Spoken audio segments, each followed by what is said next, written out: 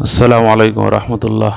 آج ہم آئے ہوئے ہیں قاری محمد اقرار صاحب، جو امام اور خطیب ہیں عمر فاروق مسجد نجیب آباد کے، نجیب آباد یعنی محلہ مہندی باغ کے اندر جو عمر فاروق مسجد ہے اس کے امام اور خطیب ہیں، اور گڑھی سے تعلق ہے آپ کا، اور آپ سے میں کچھ سوالات کروں گا۔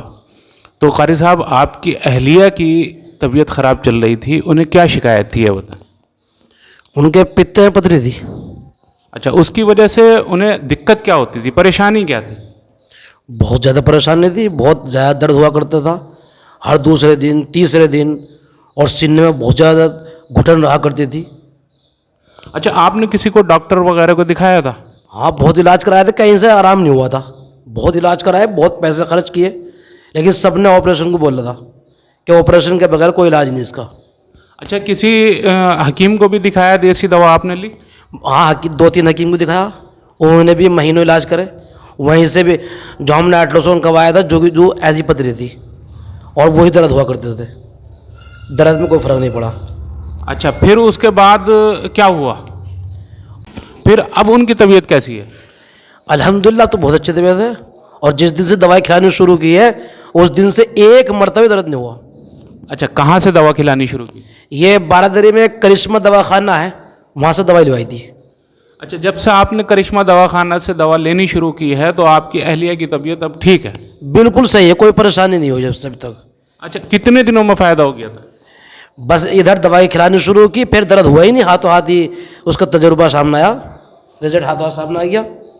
اچھا، اس کے بعد سے آج تک کبھی کوئی تکلیف نہیں ہے؟ نہ کوئی تکلیف نہیں ہے، نہ کوئی درد ہوا ابھی تک۔ اچھا، دوا آپ نے بند کر دی، ختم ہو گئی؟ دوائی برابر ابھی چل رہی ہے۔ اچھا، دوا کے جو اخراجات ہیں وہ بہت زیادہ ہیں یا؟ اچھا، وہ آپ کو جو دوا ان کی چل رہی ہے آپ کی اہلیہ کی، تو وہ بہت زیادہ قیمتی ہے، بہت مہنگی پڑتی ہے، کیا حساب ہے؟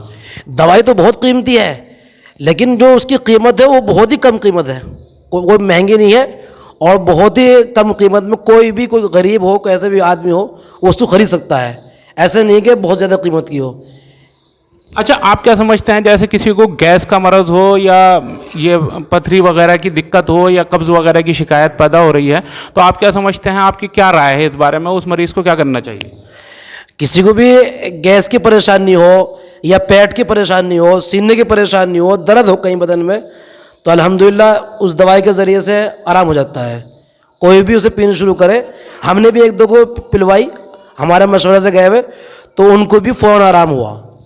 تو قاری صاحب کا کہنا یہ ہے کہ ان کی اہلیہ کو، اور انہوں نے 2-4 مریض اور بھیجے ہیں کرشمہ دواخانہ میں، ان سے سب کو ہی فائدہ ہوا، اور یہ سبھی کو یہ رائے دیتے ہیں کہ تمام کے تمام لوگ جو پیٹ کے مردوں سے یا جسم کے دردوں سے پریشان ہیں، بدن میں دردوں سے پریشان ہیں، وہ کرشمہ دواخانہ بارادری کے اندر اور شہر نجیب آباد ضلع بجنور کے اندر جو ہے اس میں تشریف لائیں اور اپنی بیماریوں سے چھٹکارا پائیں۔